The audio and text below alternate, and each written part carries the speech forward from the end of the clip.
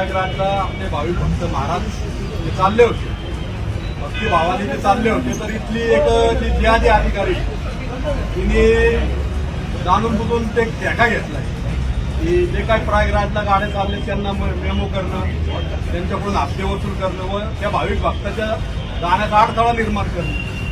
तिला यामधून असं वाटतं की आपण काहीतरी धार्मिक कार्य करतोय, या प्रकारातून आपल्याला अल्लाची शाबासकी मिळेल अशी नाही.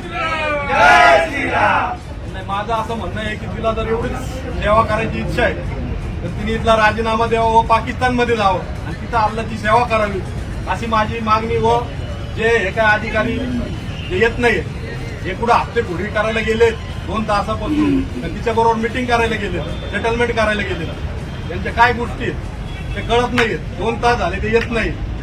तर माझी मागणी आहे की ते आल्यानंतर त्यांच्या तोंडाला काळं फासण्यात यावं सगळ्यांच्या वतीने.